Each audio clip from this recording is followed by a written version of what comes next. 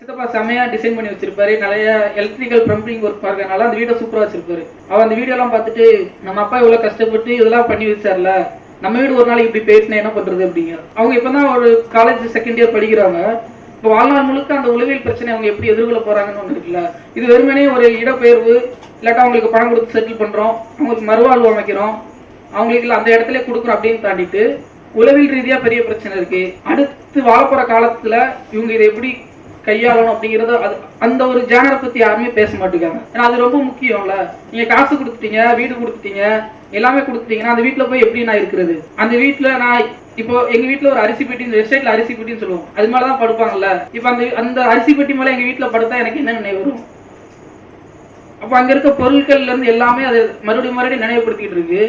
வெறுமனே வீடு, பணம், இதை தாண்டிட்டு உளவியல் ரீதியான பிரச்சனையும் இருக்கு. இது பத்தி இன்னும் பேச நல்லா தெரிஞ்சவங்க இது விவரமா எடுத்துட்டு போனா நல்லா இருக்கும்.